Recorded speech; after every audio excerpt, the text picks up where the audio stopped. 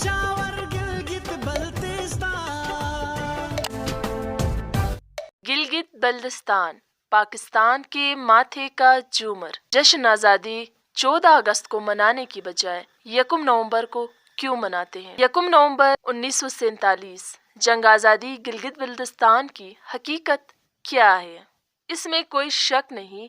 کہ 1842 کے بعد پہلی بار 1 نومبر 1947 کو گلگت بلتستان سے تاج برطانیہ اور ڈوگرا حکومت کا خاتمہ ہوا۔ بقول مارٹن سوکفیلڈ یہ درست ہے کہ 1840 کے وسط کے بعد کئی دہائیوں تک کشمیر کے حکمرانوں نے گلگت میں اپنا کنٹرول قائم کرنے کے لیے مقامی حریف حکمرانوں کے خلاف جدوجہد کی، خاص طور پر یاسین ویلی کے حکمرانوں کے خلاف جدوجہد کی اور جنگ و جدل کے ذریعے گلگت بلتستان پر قبضہ کیا۔ راجہ گوہر امان کے ساتھ لڑی گئی جنگیں اور ریاست ہنزا نگر کے خلاف لڑی گئی نل کے جنگ اس کی اہم مثالیں ہیں۔ اس خطے کو جس طرح آج کل اسٹریٹجک اہمیت حاصل ہے، اس طرح ان دنوں میں بھی اسٹریٹجک اہمیت حاصل تھی۔ چنانچہ برٹش انڈیا نے اسی غرض سے اس کا انتظام خود سنبھال لیا تھا اور گلگت بلتستان براہ راست یا بالواسطہ تاج برطانیہ کی ایک کالونی بن گئی،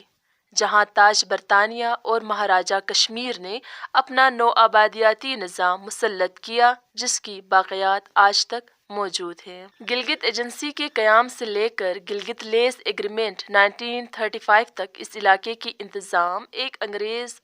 پولیٹیکل ایجنٹ کی ذمہ داری تھی، جو اس خطے سے متصل پاورز چین اور روس پر نظر رکھتے تھے۔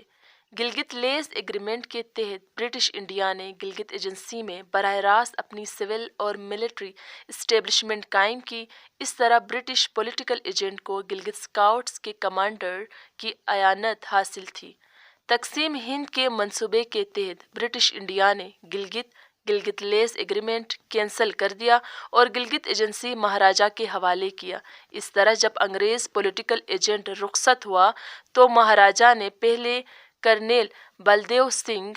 پٹھانیہ کو گلگت کا گورنر مقرر کیا، پھر اس کی جگہ بریگیڈیئر گنسارا سنگھ کو گلگت بلتستان کا گورنر مقرر کر دیا۔ احمد شجاع پاشا مسئلہ کشمیر نامی کتاب میں لکھتے ہیں کہ جنگ آزادی گلگت بلتستان سے قبل گلگت کے کیپٹن حسن خان دوسری جنگ عظیم میں ملٹری کراس حاصل کرنے کے بعد وطن پہنچے تو انہیں ان کے مسلمان سپاہیوں کے ساتھ سری نگر سے گلگت جانے کا حکم ملا۔ انہوں نے واپس کشمیر پہنچنے سے قبل ہی بغاوت کا منصوبہ بنایا اور جب مہاراجہ نے 27 اکتوبر 1947 کو ہندوستان کے ساتھ الحاق کے فیصلے کا اعلان کیا تو گلگت اسکاؤٹ کے مقامی فوجیوں کے ساتھ مل کر کرنل حسن خان نے اس منصوبے کو عملی جامہ پہنانے میں کلیدی کردار ادا کیا۔ گلگت اسکاؤٹ نے مقامی افراد کی مدد سے گورنر کے محل کو گھیرے میں لے لیا۔ گورنر گنسارا سنگھ نے اپنے 2 ملازمین کے ساتھ بڑی دلیری اور جرأت کے ساتھ مقابلہ کیا۔ بالآخر انہوں نے ہتھیار ڈال دیا، اسے حراست میں لیا گیا۔ 1 نومبر 1947 کو ڈوگرا حکومت سے آزادی گلگت بلتستان کا اعلان کیا۔ شاہ رئیس خان کو آزاد جمہوریہ گلگت بلتستان کا صدر قرار دیا گیا اور بعد ازاں گورنر گنسارا سنگھ کو قیدیوں کے تبادلے میں ہندوستان کے حوالے کیا گیا۔ اسی پس منظر میں جنگ آزادی گلگت بلتستان کے نتیجے میں قائم ہونے والی آزاد حکومت صرف 16 دن تک برقرار رہی، پھر حکومت پاکستان نے اس علاقے کو معاہدہ کراچی 28 اپریل 1949 کے تحت پاکستان کے زیر انتظام لایا اور تاحال یہ علاقہ پاکستان کے زیر انتظام ہے۔ جنگ آزادی گلگت بلتستان کے وقت گلگت میں تعینات British major William Brown commanded Gilgit scout کے وفات کے 14 سال بعد اس کی یادداشتوں کو کتاب کی شکل دے کر گلگت ریبیلیئن کے نام سے میجر براؤن کی بیوہ مارگریٹ نے شائع کروایا۔ اس طرح انگریز میجر الیگزینڈر براؤن سے منسوب کر کے جنگ آزادی گلگت بلتستان کو بغاوت گلگت کا نام دیا گیا، جو کہ ایک نوآبادیاتی نقطہ نظر ہے۔ مگر مشہور فلاسفر کارل مارکس نے اسے جنگ آزادی ہند کا نام دیا تھا۔ ہندوستان کے مقامی تاریخ دانوں اور دانشوروں نے بھی اس بغاوت کو جنگ آزادی ہند کا نام دیا ہے۔ حالانکہ اس جنگ آزادی ہند میں حصہ لینے والوں کو ایسٹ انڈیا کمپنی نے بری طرح شکست دے کر بہادر شاہ ظفر کی حکومت کا خاتمہ کر دیا تھا، اور جنگ کے بعد اگست 1858 میں برطانوی پارلیمنٹ نے اعلان ملکہ وکٹوریہ کے ذریعے ایسٹ انڈیا کمپنی کا خاتمہ کر کے ہندوستان کو تاج برطانیہ کے براہ راست سپرد کر دیا۔ 1857 میں انڈیا میں تعینات انگریز secretary of state for India early Stanley نے برطانوی پارلیمنٹ کو اس واقعے کے بارے میں رپورٹنگ کرتے ہوئے سب سے پہلے اسے بغاوت کا نام دیا۔ پھر اس کے بعد برطانوی لکھاریوں نے اسی اصطلاح کا استعمال کیا۔ بالکل اس طرح بغاوت گلگت نامی کتاب کو بنیاد بنا کر جنگ آزادی گلگت بلتستان کو بھی اکثر لوگ بغاوت گلگت اور نام نہاد آپریشن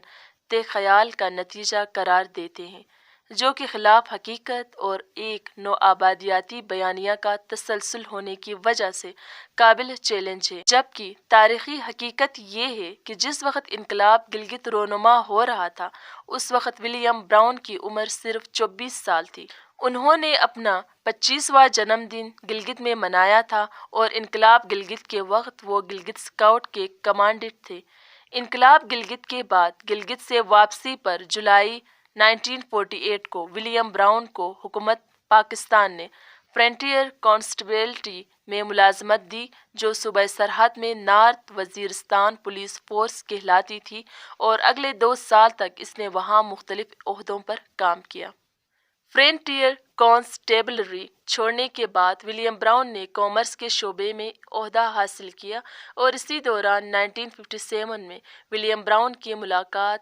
مارگریٹ روس میری کوکسلے سے ہوئی تھی، جو اس وقت کراچی میں برطانوی ہائی کمشنر تھی، اور 1958 میں انہوں نے شادی کی، اور اسی دوران ولیم براؤن کو ہمالیئن سوسائٹی میں حکومت پاکستان کا سیکرٹری بنایا گیا۔ 1959 میں براؤن اور اس کی فیملی واپس برطانیہ چلی گئی، اور 1960 میں اس نے اپنے گاؤں میں ایک لیوری یارڈ کھول دیا اور رائڈنگ یارڈ اسکول بھی کھول دیا، اور وہاں اگلے 24 سال تک اسے گھوڑوں کے استاد کے طور پر پہچانا جاتا تھا۔ 1948 سے لے کر 1958 تک ولیم براؤن پاکستان میں مختلف نوکریاں حاصل کرتا رہا، اور پھر 1959 میں برطانیہ واپس جانے سے لے کر اپنی وفات تک اس نے انقلاب گلگت کے بارے میں کوئی کتاب شائع نہیں کروائی، بلکہ اس کے وفات کے 14 سال بعد تک بھی جنگ آزادی گلگت بلتستان کے بارے میں اس کا کردار دنیا کے نظروں سے اوجھل رہا۔ پھر اس کی بیوی مارگریٹ نے اس کے کردار کو دنیا کے سامنے لایا۔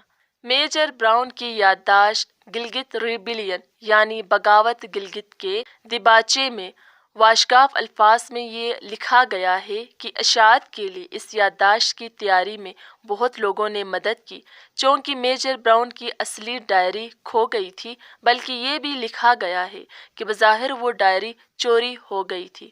میجر براؤن کی بیوی مارگریٹ ایک سفارتکار تھی، اور 1957 کے اولین ایام میں کراچی میں برطانیہ کی ہائی کمشنر تھی، جس نے در حقیقت برطانیہ کے ایک چھوٹے سے گاؤں میں گھوڑوں کے استاد کے طور پر پہچانے جانے والے اپنے مرحوم شوہر ولیم براؤن کے کردار کو کمال ہوشیاری سے مل ملاب کر کے ولیم براؤن کی وفات کے 14 سال بعد انقلاب گلگت کے متعلق اس کے دوستوں کے وسیع حلقے کے ساتھ مل کر اس کی یادداشت ترتیب دیا، اور اثرنو ایک نئے بیانیہ کے ساتھ بغاوت گلگت نامی اس کتاب کے ذریعے اس کے کردار کو گلگت اسکاؤٹ کے کمانڈنٹ سے بڑھا کر جنگ آزادی گلگت بلتستان کے ایک ایسے ہیرو کے طور پر پیش کیا جس نے تاریخ کا دہرہ بدل دیا، اور بدلے میں حکومت پاکستان نے گلگت اسکاؤٹ کے سابق انگریز کمانڈنٹ ولیم براؤن کو ستارہ پاکستان سے نوازا۔ میجر براؤن کی یادداشت کی تدوین اور تصدیق کے متعلق یہ کہا جائے تو غلط نہیں ہوگا کہ ہر وہ سچائی جو ظاہر نہیں کی جاتی وہ زہریلی ہو جاتی ہے۔ نوآبادکاروں کے بیانیے پر لکھی گئی یہ کتاب اس کی ایک عمدہ مثال ہے، اور نوآبادیاتی بیانیے کا تسلسل ہونے کی وجہ سے قابل چیلنج ہے۔ دوسری طرف بیرونی جارحیت اور تسلط کے خلاف اس خطے کے عوام نے راجہ گوہر امان کے دور سے ہی اپنی قومی بقا اور شناخت کو برقرار رکھنے کے لیے ایک طویل جدوجہد کی اور بالآخر نومبر 1947 کو جنگ آزادی گلگت بلتستان کے نتیجے میں اس خطے سے ڈوگرا حکومت کا خاتمہ تو ممکن ہوا، مگر یہ خطہ نہ تو ایک آزاد ملک بن سکا اور نہ ہی آج تک پاکستان کا آئینی حصہ بن سکا، البتہ تنازع کشمیر کا حصہ قرار پایا۔ لیکن یہ بھی ایک ناقابل تردید حقیقت ہے، 1842 کے بعد پہلی بار یکم نومبر 1947 کو گلگت بلتستان سے تاج برطانیہ اور ڈوگرا حکومت کا خاتمہ ممکن ہوا، اور گزشتہ 74 سالوں سے پہلے ڈوگرا حکومت کا کوئی وجود نہیں ہے۔ اس لیے جنگ آزادی گلگت بلتستان کو بغاوت گلگت کا نام دینا دراصل اس سرزمین کے ساتھ غداری کے مترادف